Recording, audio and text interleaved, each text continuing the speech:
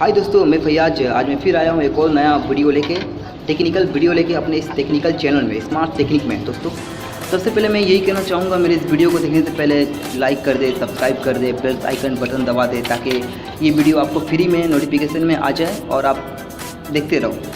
ये आपके लिए दोस्तों, ये वीडियो बिल्कुल आपसे मिलता जुलता है। आप लोग डेली के लिए जो सामान यूज़ करते हो, headphone, charger, mobile, emergency lights, ऐसा बहुत सा सामान है जो घर में यूज़ करने के बाद थोड़ा सा प्रॉब्लम होने पे उसे आप फेंक देते हो, पर आप उसे रिसाइकल मतलब के यूज़ के तौर पर आप उसे रिपेयर करके खुद से ही आप उसे यूटिलाइज़ कर सकते हो। जैसे बहुत से लोगों का बहुत फेवरेट होता है हेडफोन्स, 2000 के, 3000 के, 500 के, मतलब ये ऐसे यूज़ करना चाहते हैं लोग, उसे फेंकना नहीं चाहते, बहुत फेवरेट होते हैं। तो इसको मैं कैसे रिपेयर कर रहा हूँ, ये वीडियो के जरिए मैं आपको बताने की कोशिश कर रहा हूँ। बस इस वीडियो को पूरे अंत तक देखें ताकि आपको पूरा क्लियर तौर पर आपको समझ में आए और आप इसे बड़े आसानी से घर बैठे इसे रिपेयर कर सकते हैं। दोस्तों,